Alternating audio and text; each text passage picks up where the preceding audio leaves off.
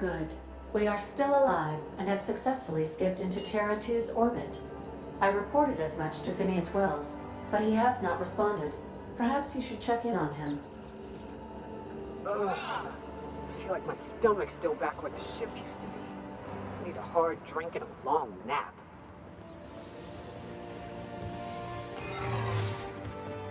Process error.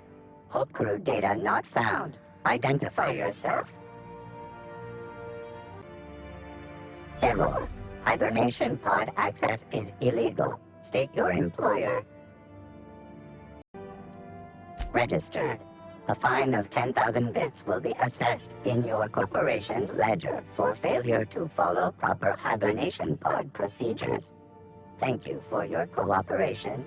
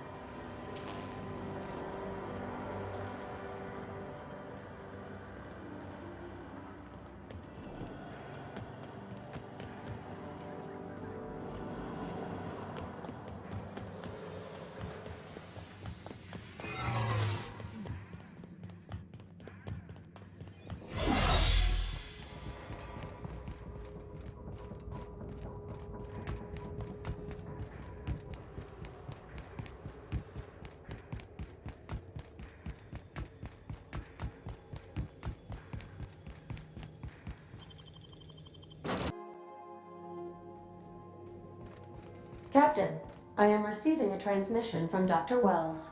The transmission is marked with priority status. Captain, I shall now play the transmission I received from Dr. Wells. The board is here. They've found me somehow. They're about to blast my door open. I can't stop them from getting me, and there isn't enough time to explain everything. But there's something very important you'll need to remember. The board, all their lackeys, they're all a bunch of swine. Do you hear me? They're fucking corporate swine. You fucking pigs! I'll take you all out with me. I'll never... It would seem the recording captured some rather dire events. I presume you'll want to dock at the orbital lab to check on your associate as soon as possible? How can I be of assistance?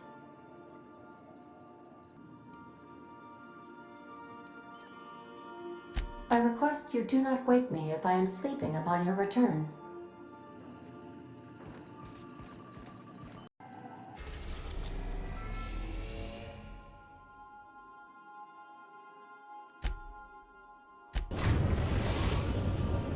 We've arrived at Phineas's orbital lab. Stay safe out there.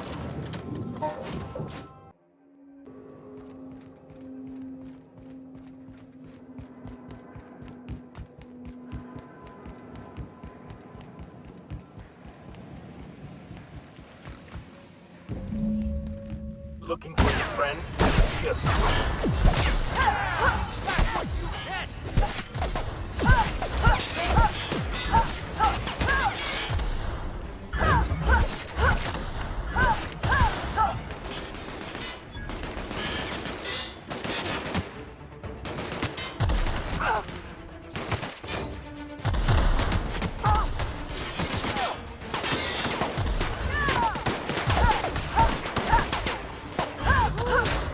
Can we do that again?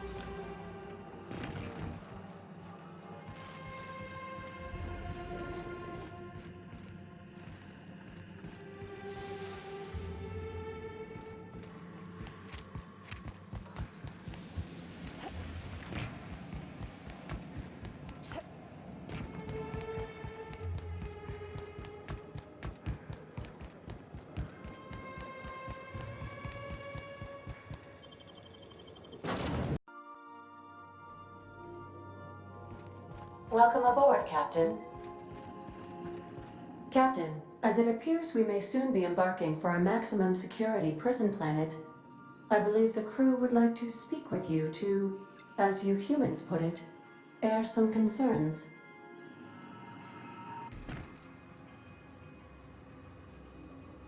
Doc Wells never hurt nobody. Just a kindly old fella living by his lonesome up in the rings, tinkering at his table. The board just couldn't leave him be. And here we are, entertaining the notion of busting him out. That's insane. And likely a hell of a lot of fun. To extract the scientist, you will need to infiltrate the labyrinth, but that course of action is likely to be quite dangerous, Captain.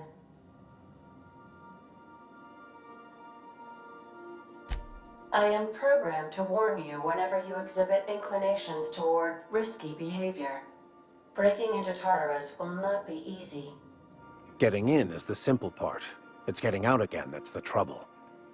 Trust me, I know. Let's just do it. Kick down some doors, grab Doc Wells, and cut a path out. We don't need a plan. We got guns. If you really mean to do this, you should see to your final affairs and close out any unfinished business. Once you sneak into Tartarus, you may be there a while. Or permanently.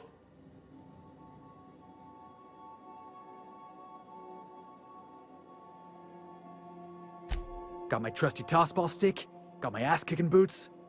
I'm ready, boss. Outstanding. You can count on us, Captain. We're crew. For real crew. That means we got each other's backs. Right? Never thought I'd volunteer to break into a prison. Seems like your tendency towards risky behavior is rubbing off on me, Captain.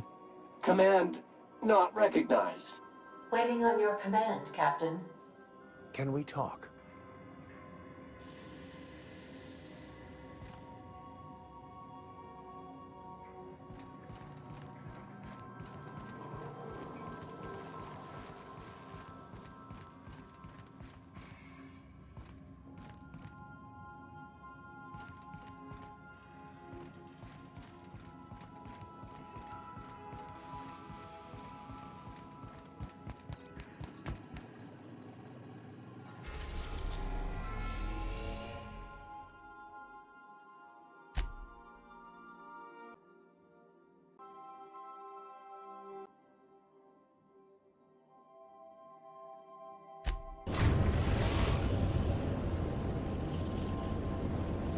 I am pleased to inform you that we have arrived at the labyrinth.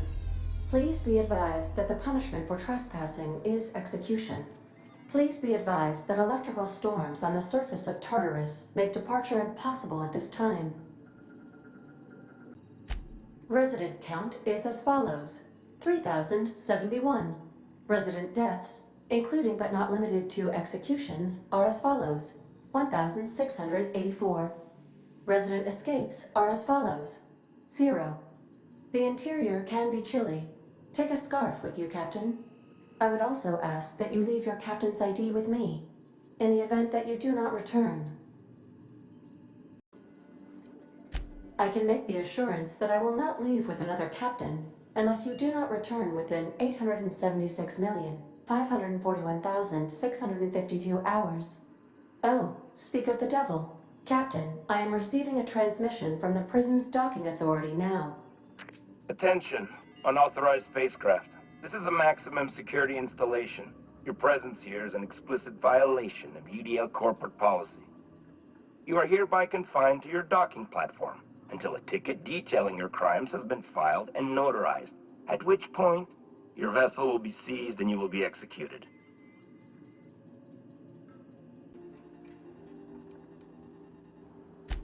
Your ship is not permitted to leave until you remit payment for your fines and submit yourself to execution. Only after your smoking corpse is thrown from an airlock will we lift the lockdown on your spacecraft. Captain, I would not recommend this course of action. All right. I'm feeling generous. I'm transmitting the idea of a productive, law-abiding employee so you can see what one looks like before you die. Anyway, Tartarus Docking Authority signing up. Hang on. Another ship just pulled into your dock. Wait, is that from the Groundbreaker? What the? Pay no mind to that. Just have a pleasant day. Transmission terminated. Biometric ID received. Transferring data to external cartridge.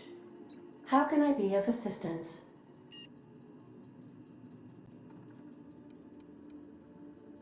I'll be here.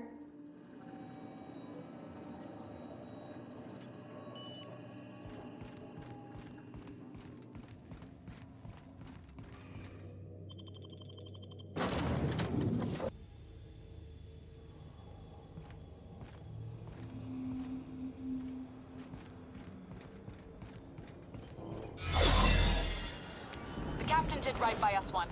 Now it's our turn. The board will never own Groundbreaker. Not while I breathe. Push on, Mardet!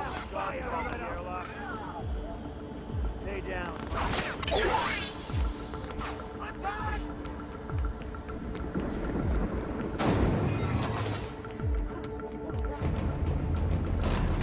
How long we lasted on the surface? I've gotta admit, I'm not too keen on walking into a prison. They lock me up, I'm liable to kill everyone trying to get back out.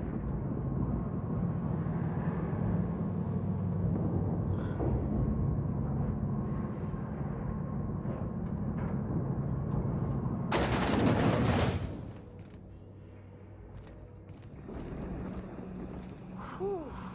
We have a lot of shooting to do, Captain.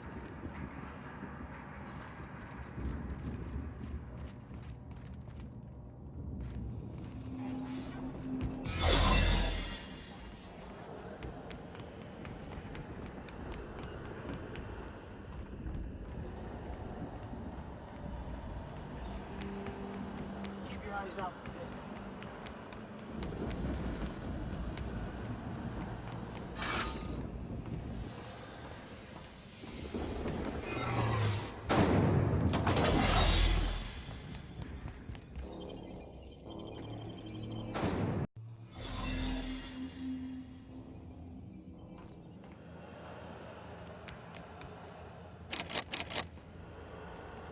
This is what the board wants. Every worker in Halcyon stuffed into one of those chambers.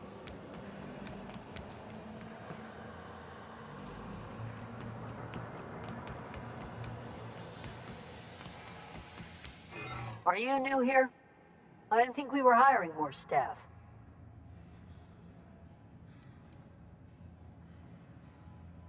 Oh, no. Don't tell anyone, please.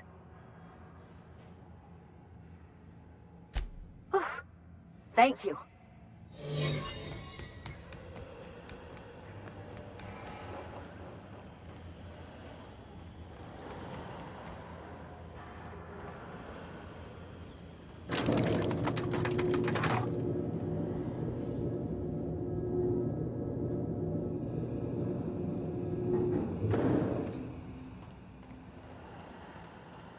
Get in there, troops. For Monarch. For Halcyon.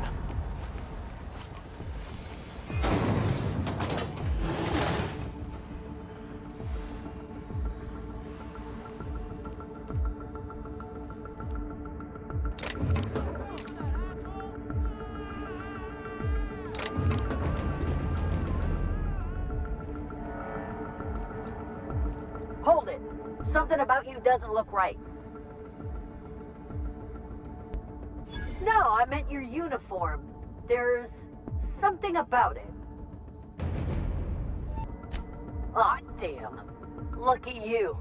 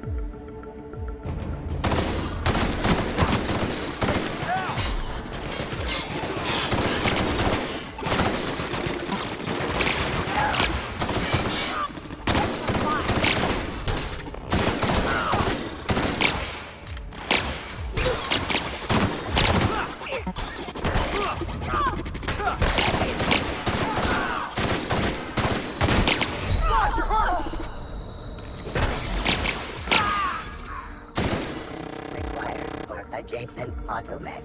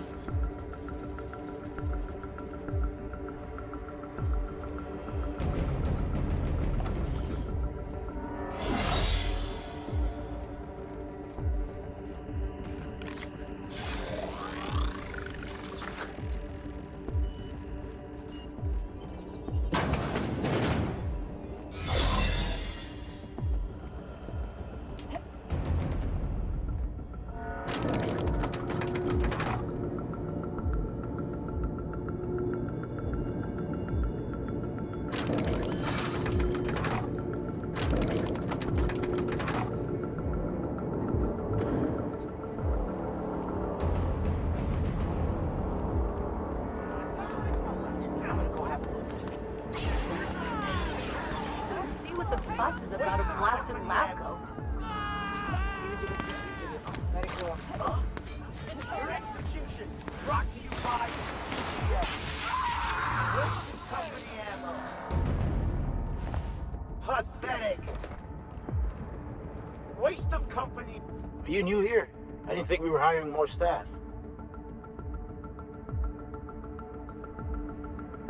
Oh, that's great. Thank you, ma'am.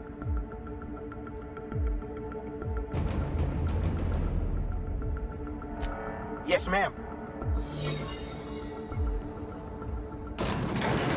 This is nice. Calm before the storm and all that. All right, boss. I'm ready. Let's do this.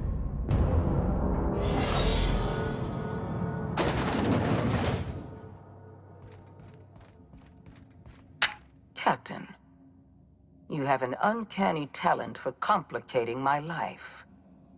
Words cannot express the extent of my disappointment. We had a plan. All you had to do was skip the Hope to Tartarus, as I asked. You've disrupted the balance of power. You've upset the natural order of things. You've introduced uncertainty, and there is nothing I despise more than uncertainty. Do you imagine you're leading some grand revolutionary army? Those barbarians from Monarch are running wild in my prison. I suppose I have you to thank for this indignity. You're nothing but a rabble-rouser. I'm going to put an end to your little rebellion, and then I'm going to have you and your associates arrested. The board is the only legitimate power in Halcyon. We are Halcyon.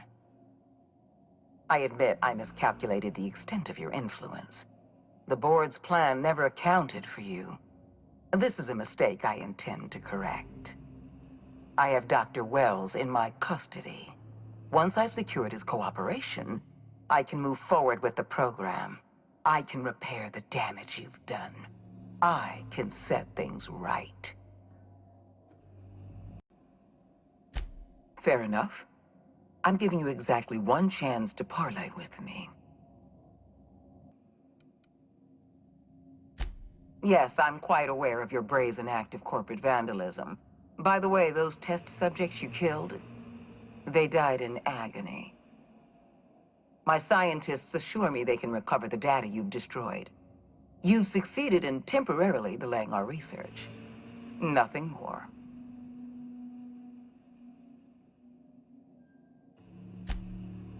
Phineas Wells told you that? Phineas, narcissist and demented crackpot Wells? You'll excuse me for being skeptical. I trust my own scientists over Wells. They've assured me we're close to a breakthrough. You're telling the truth, aren't you? My scientists have been chasing their tails for years and calling it progress. We're going to have to start all over again. All that research, all those experiments, you've set us back decades. You were always an unknown variable. I tried to recruit you, but you threw your lot in with that madman, Phineas Wells. This prison is equipped with an automechanical warden. I've had it programmed to eliminate you on sight and rinse your remains down a drain. And don't worry, I will inform Dr. Wells that you died heroically, or something.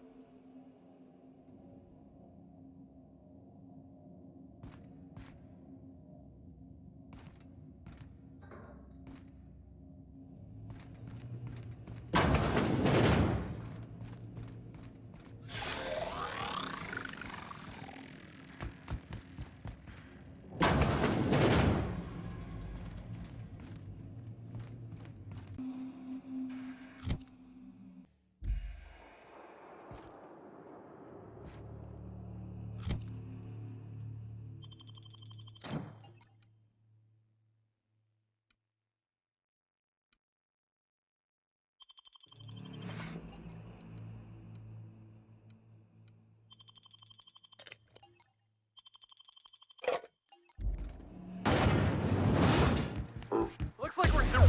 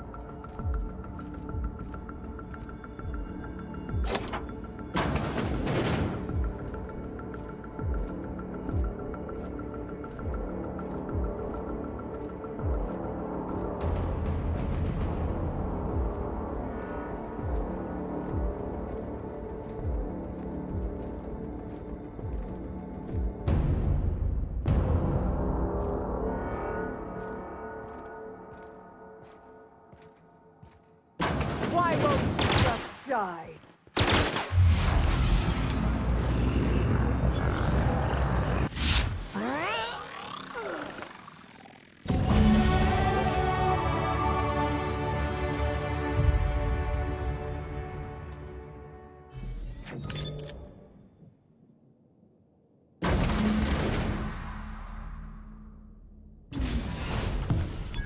You don't know how glad I am to see you. You did the right thing. Akande was a monster. Her death was much deserved, and long overdue. And you lunatic, you broke into the board's own fortress just to rescue one doddering old man. You are absolutely out of your mind, and I can't begin to thank you enough.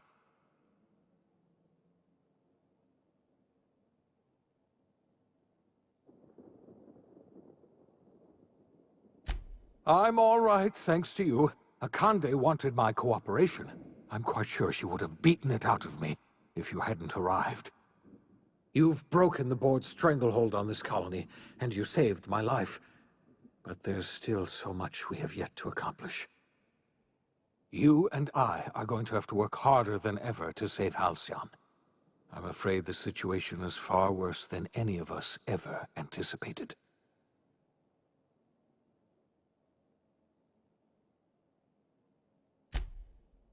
Earth has gone dark. We haven't received a single message in 3 years.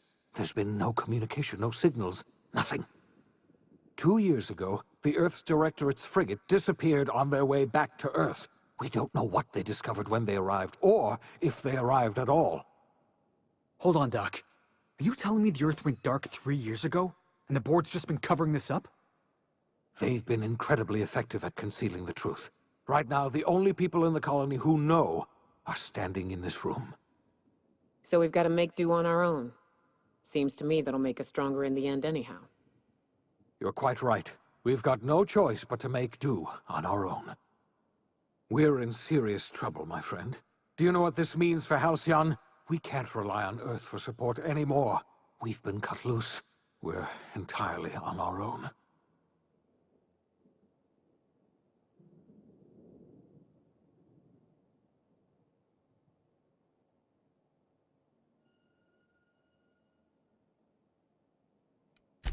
Yes, certainly. I'll help however I can.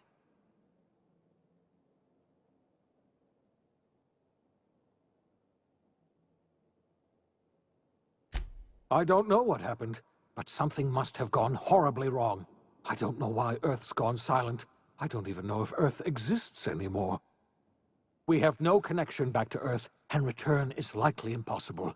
We're completely alone out here.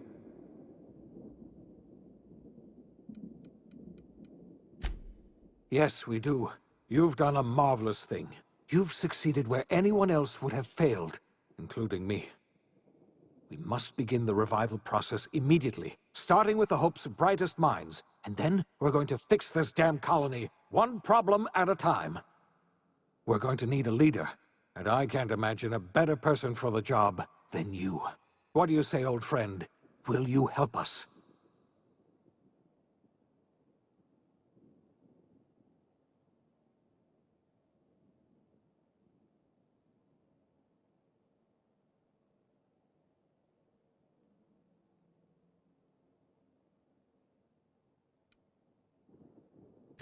I can't tell you how glad I am to hear that.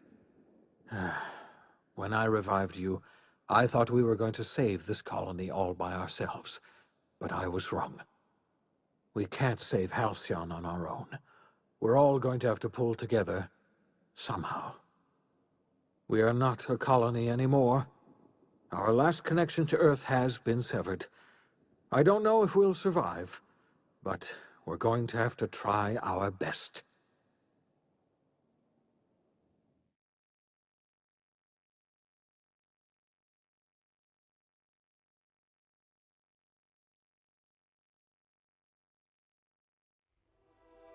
The OSI teaches that everything in the universe happens according to the grand plan. But the stranger that arrived in Halcyon was an unplanned variable. From the moment she landed in Emerald Vale, her actions altered the course of history. The events on Tartarus brought about the end of the board's authority. But the board's mistakes would haunt the colony for decades to come. The damage they left behind would require the work of a generation to repair. Dr. Phineas Wells began reviving a handful of the Hope's colonists. Engineers, scientists, technicians, and intellectuals. They were among the brightest minds the Earth had ever sent out into the stars. The Hope scientists and engineers woke up in a colony descending headlong into total collapse. With no way to return to Earth, they had no choice but to band together and devote themselves to the cause of saving Halcyon. The people of Halcyon were nothing if not hardy. In the absence of the board's authority, many of the colony's settlements banded together with a single purpose in mind: survival. life was especially hard in the years to come. Some towns dissolved by attrition and starvation, but most of them found a way to carry on. In the years to come, Halcyon was forced to reckon with its newfound freedom. The board was gone, and for better or worse, the colony was responsible for its own destiny. As the colony struggled to survive, the inspirational story of the iconoclasts spread like wildfire, and Graham was able to bring many of the smaller Terra-2 townships into the fold. However, his zealous obsession with spreading the word blinded him to the needs of a growing organization, and the movement was unsustainable at scale. The iconoclast way seemed to work best, and ultimately petered out on Monarch. After returning to Edgewater, the deserters negotiated workplace reforms with Reed Thompson, including a single day of rest, which came to be known as a weekend. As the world around him changed, Thompson found himself pining for the old days. He was known to spend his weekends in the cantina, nursing one of the few remaining bottles of Zero G, and repeating to himself, "It's not the best choice, it's Spacer's choice." As for Adelaide McDevitt, she tended to her garden in solitude for another year before passing away. Her body was discovered some months later, when Reed Thompson paid her a visit in an effort to make amends. Her remains were buried in a place of honor, underneath the floor of the Edgewater Cannery. Reed believed this was what she always wanted.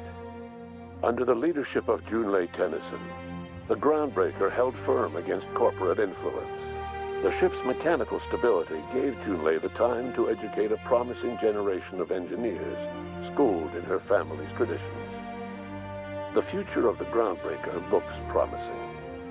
The rediscovery of the Hope and the abandonment of the lifetime employment program forced Byzantium to come to terms with some uncomfortable realities about the state of Halcyon. While Byzantines were reluctant to surrender the luxuries they'd grown accustomed to, the board's diminished authority gave them little choice in the matter. Nearly everyone had to learn to make do with less. Some even had to get jobs. It was a dark time indeed. Life in Halcyon was sobering for Felix Millstone. The grand revolution he dreamed of never came. There was no great awakening for the colony, no celebrations in the streets. There was only the hard, desperate work of trying to repair a broken colony. Felix never had a head for numbers, but if there was labor to be done, he was there to help. Eventually, Felix realized that the work of a revolution was done with two hands. After all he'd seen and heard adventuring with you, the vicar Maximilian de Soto renounced his faith and joined the effort to rebuild the colony. Ironically, he finally found the joy that had eluded him over the course of his life, and realized that perhaps he was always meant to be just a simple laborer after all. He quickly dismissed the idea. Though Parvati eventually grew comfortable aboard the Unreliable, she never quite came out of her shell. She seemed to prefer the company of Ada to the crew, and she could often be found neck-deep in cables and grease, telling Ada funny stories from her childhood. While the colony fell into chaos, she found an island of relative peace with Ada, and they formed an unusual bond. She decided to remain aboard the Unreliable permanently as its chief and sole engineer. Nyoka returned to Monarch to take another crack at making a permanent life for herself. She formed the Charon Group, a mercenary outfit of ragtag survivalists and wilderness experts. Anyone in need of a guide or just looking to throw back a beer and swap stories could find her camping on the trail or clearing an infestation. The SAM unit that accompanied you spread awareness of the product line's superior sanitation and maintenance capabilities across what was left of the colony. This led to a boost in SAM unit sales. Did you know that SAM units are the longest-lasting, toughest-acting cleaning solution in Halcyon? Though Minister Clark was eventually released from house arrest, long years of isolation left him a changed man, little suited for bureaucratic work or for the colony that was changing around him. He remained in his estate largely by choice, fading from public view. As for Dr. Phineas Wells, he spent his remaining years in his orbital lab. Though he was always haunted by the failures of his past, he was determined to make things right by building toward the future. Dr. Wells was able to revive many more scientists and engineers than he first expected, thanks to the additional batch of chemicals you stole from the ministry. Wells never forgot about the human lives that were lost in acquiring these chemicals. The revival project was hard and painful work, but in the end, despite limited resources, over half the Hope's colonists were successfully revived. Even after Wells passed away, the Hope scientists and engineers worked night and day to pull Halcyon from the brink of collapse. Their efforts continue to this day, which may be reason enough for optimism. Dr. Wells laid the groundwork for the project to save the colony, but he would never live to see the fruits of his labor. He passed away a few years later. His work was carried on by the scientists and engineers he revived. Life will never be the same in Halcyon. It is widely agreed that the colony has a chance of stabilizing within a generation, owing to the hard work and determination of the surviving colonists. Recovery is a distant goal, and the path is long and uncertain. But the people of Halcyon carry on, determined as ever. And what about you, the unplanned variable in the history of Halcyon? Long after Wells passed away, you carried on his work with more energy, determination, and brilliance than he could ever muster. The years that followed were hard, but Halcyon survived by the efforts of the Hope's most promising colonists, the greatest of which was you. No one knows what's happened to Earth, and no one knows what the future has in store for Halcyon. All we know for certain is this: the name of the Unreliable and that of its intrepid captain will remain the subject of countless stories for years to come.